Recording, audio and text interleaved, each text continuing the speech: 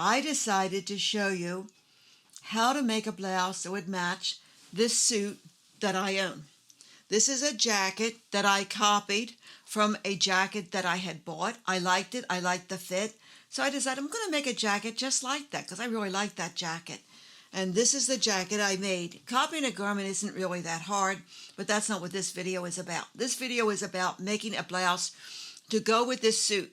Now, granted, I already have blouses that go with the suit, but I wanted something extra special, and I especially wanted something extra special to show you some of the skills that most people, even people who sew very well, do not know. And that is what this video is all about.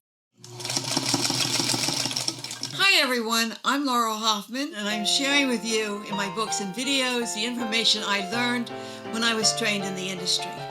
There I learned how to draft, fit, and grade patterns for the factories. When the industry was going offshore, I decided to write it down. And this is how you do it.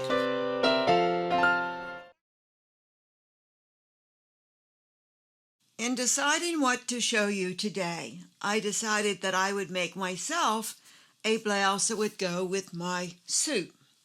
Of course, this is blue, and I look good in blue, and I have a lot of fabric in blue. So I looked through my stash here. I have an index here, which quite frankly needs to be redone because it's been a while since I did it, and I need to go through stuff. And actually, I need to get rid of a few things. But anyway, in looking through, I then went actually to my bins and I pulled out some fabric. So these are some of the fabrics I looked at. I looked at this and I thought it was kind of a little too provincial for this outfit. Okay, so that was rejected. I looked at this, kind of drab, not really right. I looked at this, it kind of died. All right, so that's out of the question. This one, I really love this with the little birds, but too much of the same. It needed some pizzazz. This one looked pretty good, but it seemed like it was too much, you know what I mean? And I had this satin. That's kind of too dressy for the suit. So all those got rejected for another time, back into the stash, and now I'm going to show you what I did choose. I looked at my stash and I remembered this fabric. This fabric I bought from a shop down on 4th Street in Philadelphia, which is no longer in business.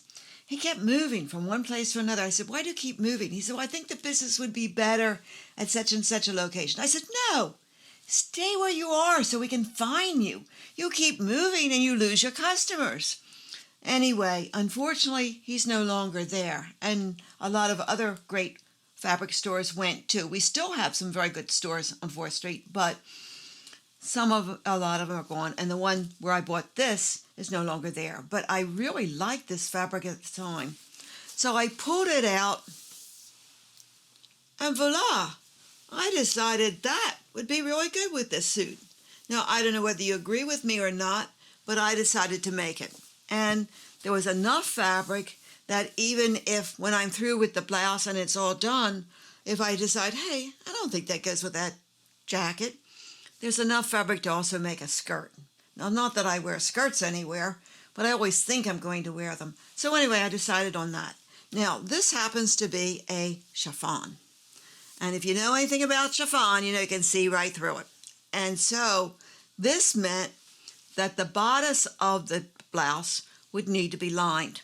So then the question became, which of my linings should I use? And I pulled out two. I'm going to move this out of the way so I can see this better. These two in my, and I have a lot of lining fabrics too, I'm going to tell you right now. This one and this one. All right, so which one would be better? So I couldn't really decide which one would look better as a lining in the bodice. The sleeves won't need to be lined, of course, but the bodice will because you don't want to see right through the blouse. So I couldn't make up my mind. Down in my studio where I have neon lighting, this seemed to look better, but this seemed to be lighter. So I asked my husband, who has a very good sense of design, and he said this one. So that's what I chose to line the blouse. All right? And then I looked at the jacket and I thought, these butterflies look good. When I had larger ones, I had one here and I had one here, but one broke. They're ceramic. I had bought these down at the Philadelphia Art Museum when they had a fashion show, and one broke and I didn't have a replacement, so they're still there, but I thought that's not going to look all that good with this. So I pulled out some buttons and to see what would look good. And believe me, I have a lot of buttons too. Believe me, people give you stuff when you sew. Don't turn it down. It's free. I came up with these two as a choice. So this would look good on this suit, but somehow it just seemed to be too much with this. These buttons, as plain as they are, seem to go with this better. And I've got 1, 2, 3, 4, 5, 6 buttons. This only needs 3, so I have enough buttons. And the other 3 I might sew inside on the seam so I know where they are, or put them back in my button stash. So I've got this all decided, just what I'm going to do. This is going to be the blouse. This is going to be the lining in the bodice so it doesn't show through. And everything else is going to go back in my stash because who knows, no point in getting rid of it. Maybe I'll use it sometime, maybe I won't. But maybe someday I'll actually donate it. I need to get rid of stuff. I don't need all this stuff. I really don't. And besides, I like to go to fabric stores and buy fabric. And I'm sure you do too.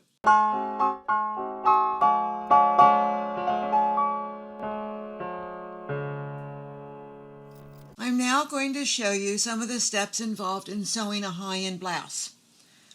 As you all know, you get a collar in your home sewing patterns, and this is the pattern that I'm using. Granted, it's an old pattern, but I've used it over and over again, so there's no reason why I shouldn't use it again. And this pattern came with a collar pattern. But what they didn't give me was the bottom collar pattern, because the bottom collar needs to be just slightly smaller than the top collar. And a little bit is taken off in the edge right here, and across here is made just a little bit smaller so that it will roll under and you won't have the bottom collar turning up above the top collar. And if you've had that problem, the problem is not you. The problem is you weren't given the bottom collar pattern that you needed to make a good collar in your blouse. But anyway, that pattern has been solved. I have one of my books here that I wrote, and when I sew, I use my books. Granted, I wrote it, granted, I know it, but there's nothing like having the book in front of me because I don't remember all this stuff. I mean, let's face it, it's a lot of stuff. It's 8 books, and the books have an average of 30 or more, have an average of 300 or more pages per book. So it's always good to go back and review. This is my book, Copying a Man's Shirt. This book shows you how to copy ready-made garments, not just shirts. So if you learn how to copy a shirt, you'll know how to copy ready-made garments. When I started to write this, I chose my husband to be my fit model. I thought all his shirts fit him.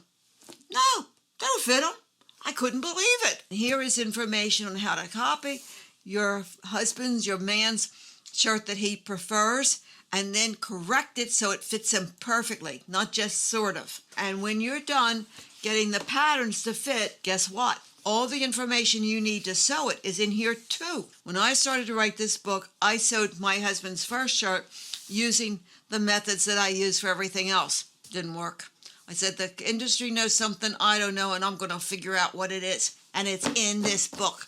You will find short, fast ways to sew a man's shirt together. They're all professional, and you're going to produce a better shirt than you would if you used home sewing methods, I assure you. The one thing about the shirts that I make for my son and my husband, they fit.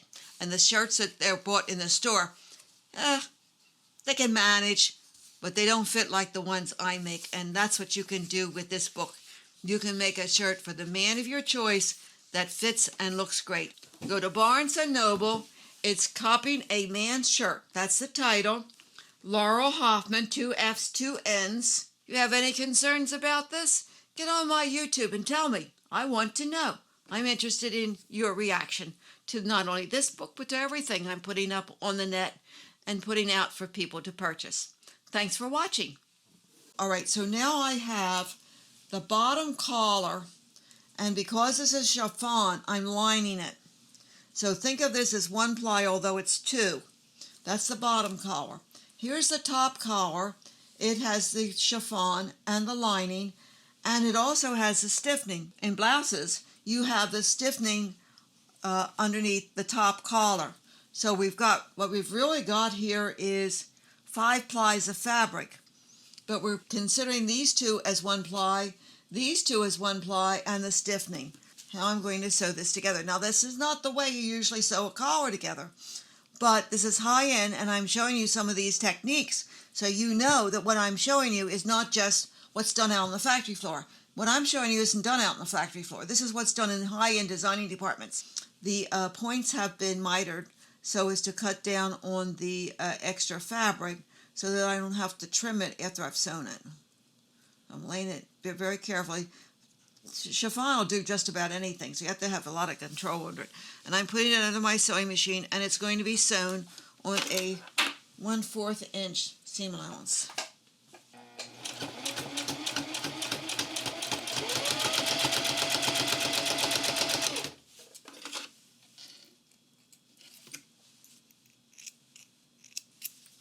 This is just some scrap that I tested the machine with first. All right, I've got my notches pinned together. I'm sewing notch to notch. Take this pin out.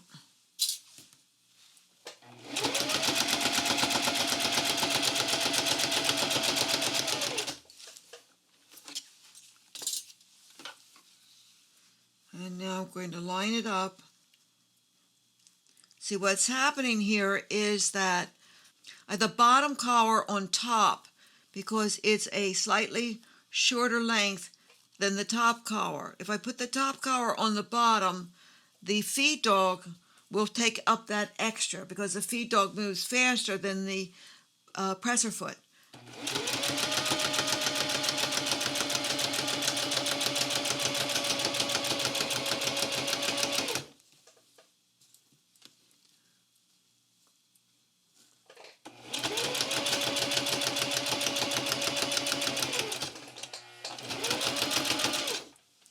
And now I'm going to just sew a little piece of fabric underneath so that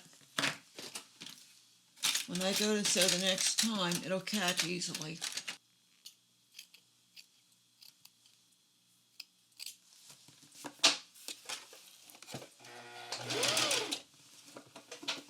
Having a little scrap of fabric that you sew on before you sew the next seam prevents a wad of thread at the beginning of your seam. All right, so now I'm checking it to make sure that it's sewn well, that all the notches match up, and they do. So the next thing I'm going to do is turn it over. I'm going to leave these pins in place so they don't come out. Chiffon has a way of doing all kinds of crazy stuff. I know that this is the top collar because of the stiffening. Now I'm going to raise stitch the bottom collar to the seam allowance. And as you can see, it's sewed in edge to edge. It's in there pretty good. Once it's sewn, there's not going to be any need to press this. There's no reason to press as you sew. This is home sewing. It's a waste of your time, a waste of your electricity. Get up from the machine, go press them back and forward. And what happens with the pressing is a very good chance you're going to misalign the fibers. You don't want to press as you sew. That's very dangerous. I know home sewing do it all the time, and they think that it's a religion, that you have to press as you sew. A bunch of nonsense. Now, as I'm sewing, I'm running the inside edge of my presser foot along the ditch.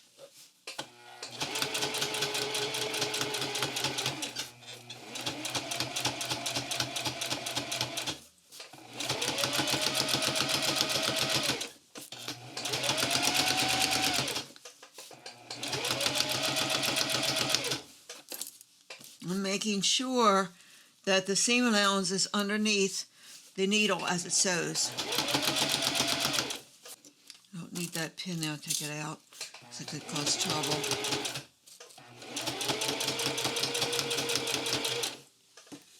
And now I need my little scrap of fabric,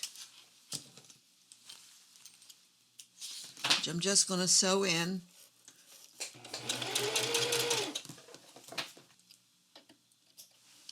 In the industry, they'll make 7 to 8 garments at a time. This is not high-end. This is out in the factory. And they just push them through one right after another. This is the same idea. And it keeps the thread from tangling as you put it in. Now, granted, the industrial machines now are computerized, and you just hit the floor pedal and it cuts the thread for you. So they've got a lot of those problems solved out in the factories. And those machines are great to sew with, but quite frankly, they take up a lot of electricity and they're huge. All right, so now this is all sewn in, and I'm checking to make sure that it's okay. And that looks fine. All right. Now I see a little safety pin in here, and I'll tell you what that is.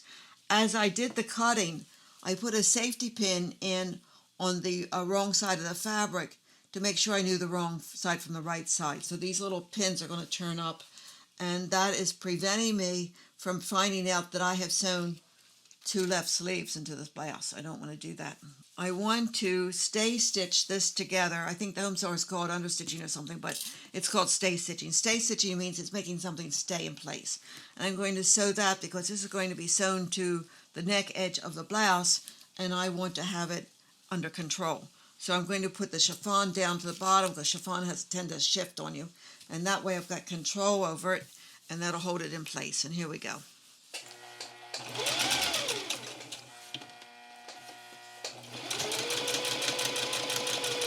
Now I'm sewing this on a scant 1/4 of an inch. In other words, I'm sewing it really on 1/8 of an inch, because I don't want the stitching to show in the finished garment. Stay stitching is stitching that disappears inside the garment.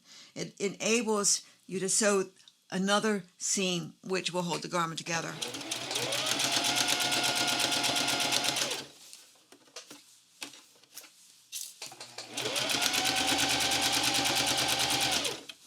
You'll notice that as I'm sewing, I'm controlling the fabric. I'm keeping my hands right on it so it goes under the machine as I want it to do.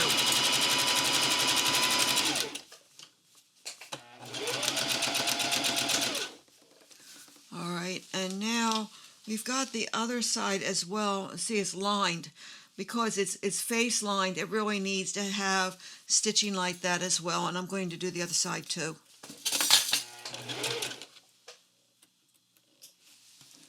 So I'm now stay stitching this side to make sure it stays in place, and I want to make sure I don't have any trouble with the chiffon. So I'm going to lay the lining right on here so that it's edge to edge. Like I said, chiffon shifts. So I don't want any problems with it. I'm making sure that all is lined up. Now I know that these are cut to pattern, exactly the size. But like I said, chiffon does all kinds of crazy stuff, so you've got to have total control over the darn stuff. And there's a notch that needs to be lined up with its notch. Make sure this is all in place here. There are 2 little clips here, 2 little notches here that are telling me that that is the bottom collar. You put 2 little notches, one on either side of the center back, and that tells you that that's the bottom collar. You have 1 notch on the top collar. That's done in industry. You do it at home as well. It'll help you so you know exactly where things are.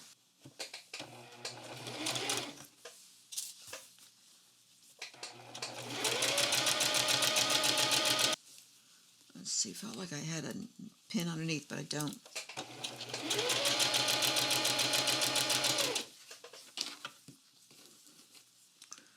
Lay this against itself to make sure, because this will all shift away from me. I know what that's going to do if I don't control it.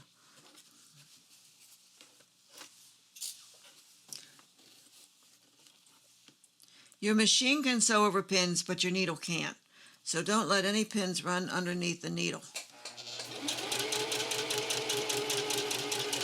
Needles are expensive. You don't need to change your needle every time you make another garment. You need to change your needle when it starts going chip, chip, chip, like makes little noises. That means you got a burr on the needle, and in the industry we call that a broken needle because it is. Even though the point's still on it and you can still thread it. A broken needle is a broken needle, and when it makes that kind of noise, you need to get another needle in. But needles will last for a long time, and they're expensive.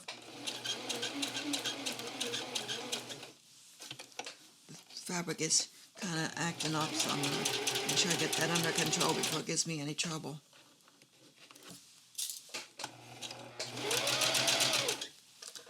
Okay, so far so good. There's this little scrap of fabric back underneath.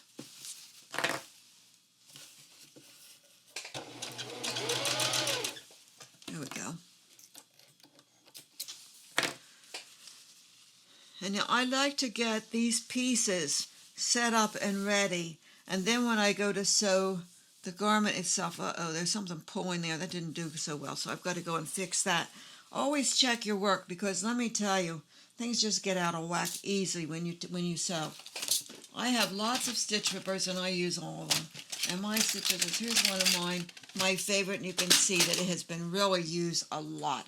Alright, so this has not been caught correctly, so that's got to be fixed. I can't have that.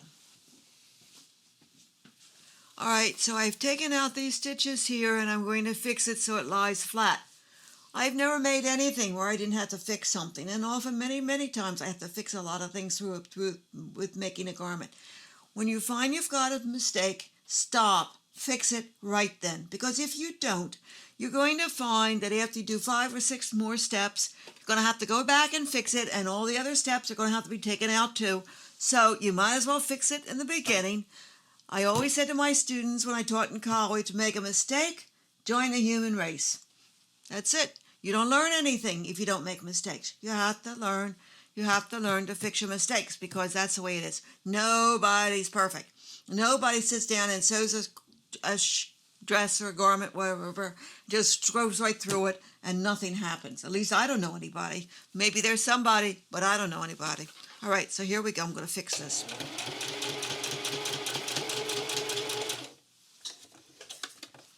Okay, and there we go. Fixed. All right, and now the next step is to sew the edges. And that way, when it's time to put the collar on the blouse, the collar will be ready to go. I like to do all the little odds and ends first, then when I sit down and sew the blouse, and I'm going to turn my page over to see what to do next. And the answer is to sew the seams on the side seam like this. You can see it's already been trimmed back because it was mitered. I'm going to put a pin in it to hold it in place. All right, and this edge comes down to here. This is all sewn on 1/4 of an inch seam allowance. If you are cutting your patterns out on a 5/8 inch seam allowance, sewing them on a 5/8 inch seam allowance, and then trimming them back, you're cutting your garment out twice. If instead you trace your patterns off so you can go back to them if you want to, and then your traced patterns, you trace them off with reduced seam allowances, you can save yourself an unbelievable amount of time. Plus, you still have the original patterns to go back to. All right, so now that one's ready to go. And I want to leave long thread because I'm going to tie this at the end. I'm not going to back tack. Now remember, it's been mitered, so therefore you're right on the very tip.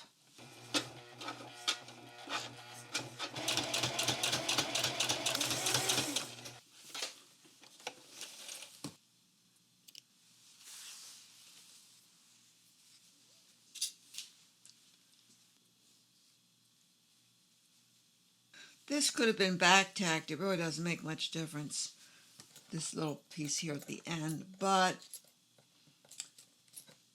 don't really want a wad, so I decided I'd tie it this time. Let me let that ride down on the pin. There we go.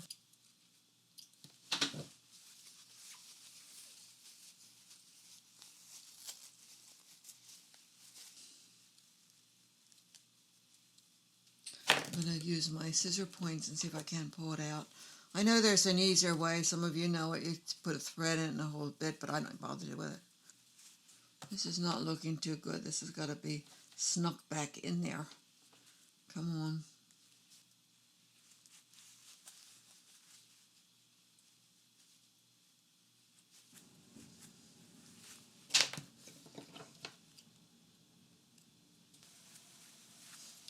There, I think that's good enough. And now I do the other one.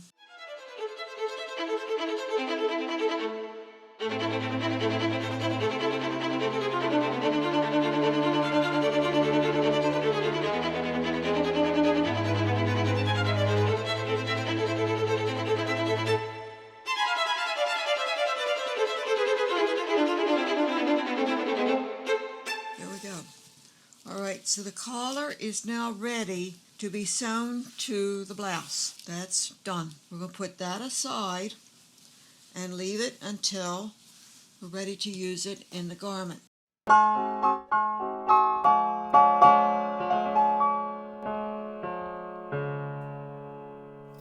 I happen to love chiffon. Here is a chiffon blouse I made.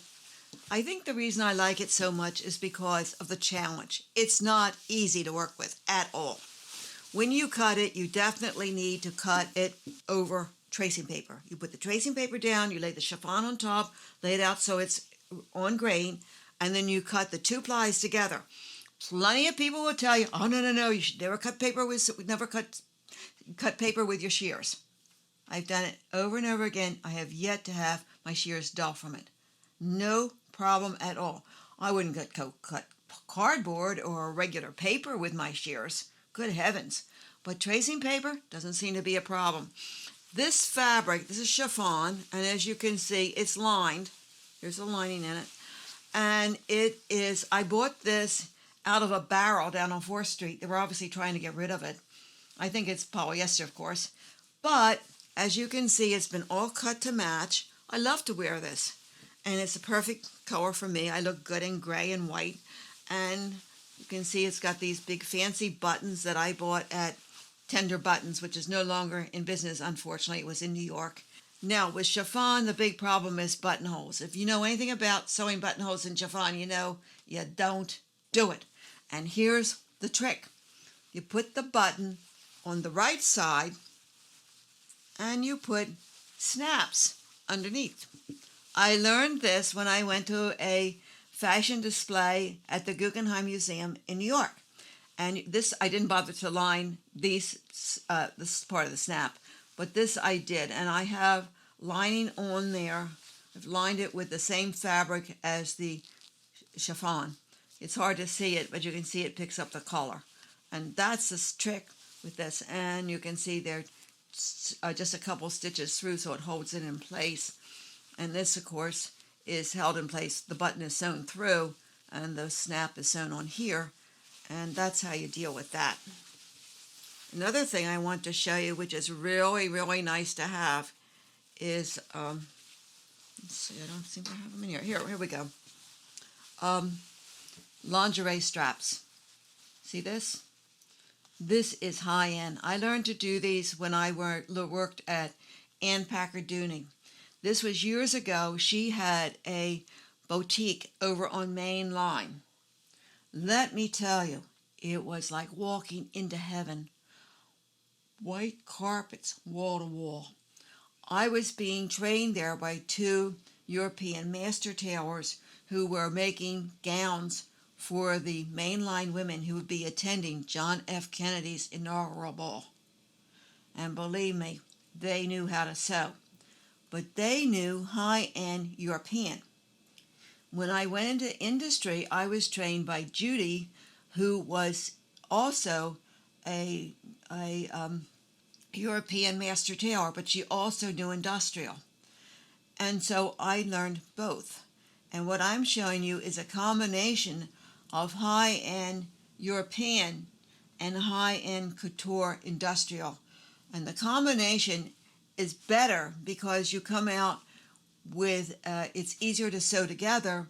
You have the same results, but it's more reliable, because here in the United States, back during the First and Second World War, the procedures used now globally throughout the fashion industry were developed here in the United States by small manufacturing companies or manufacturing other products using low-level engineering techniques. And what I am showing you is engineering. That's what it is. You're learning engineering skills.